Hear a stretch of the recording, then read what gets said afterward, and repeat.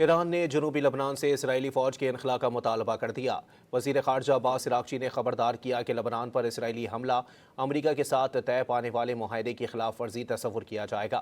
امریکہ سے طے پانے والے معاہدے میں لبنان جنگ کا خاتمہ اولین شرط کے طور پر شامل ہے۔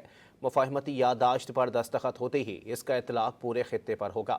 ایرانی وزیر خارجہ عباس عراقچی نے سفارتکاروں سے خطاب میں بتایا کہ تہران کے نقطہ نظر سے امن معاہدے کا ایک فریق ایران اور حزب اللہ جبکہ دوسرا فریق امریکہ اور اسرائیل ہیں۔ لبنان کے مقبوضہ علاقوں سے اسرائیلی انخلا جنگ کے مکمل خاتمے کی لازمی شرط ہوگی۔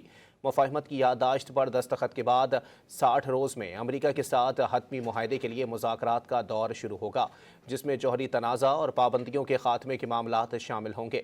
ایرانی اسپیکر باقر غالباف نے بھی ایکس پیغام میں جنوبی لبنان سے اسرائیلی فوج کے مکمل انخلا کا مطالبہ کیا، واضح کیا کہ جنگ کا لبنان سمیت تمام محاذوں پر خاتمہ ہونا ضروری ہے۔